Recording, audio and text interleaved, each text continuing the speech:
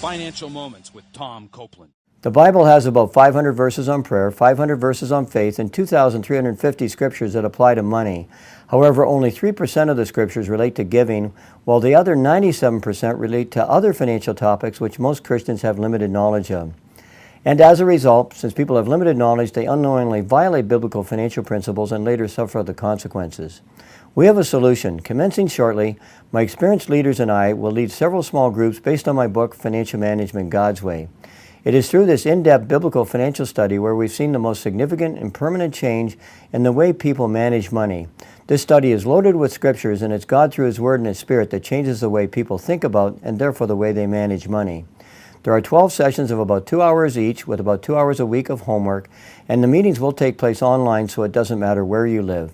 To learn more, go to CopelandFinancialMinistries.org. Again, CopelandFinancialMinistries.org.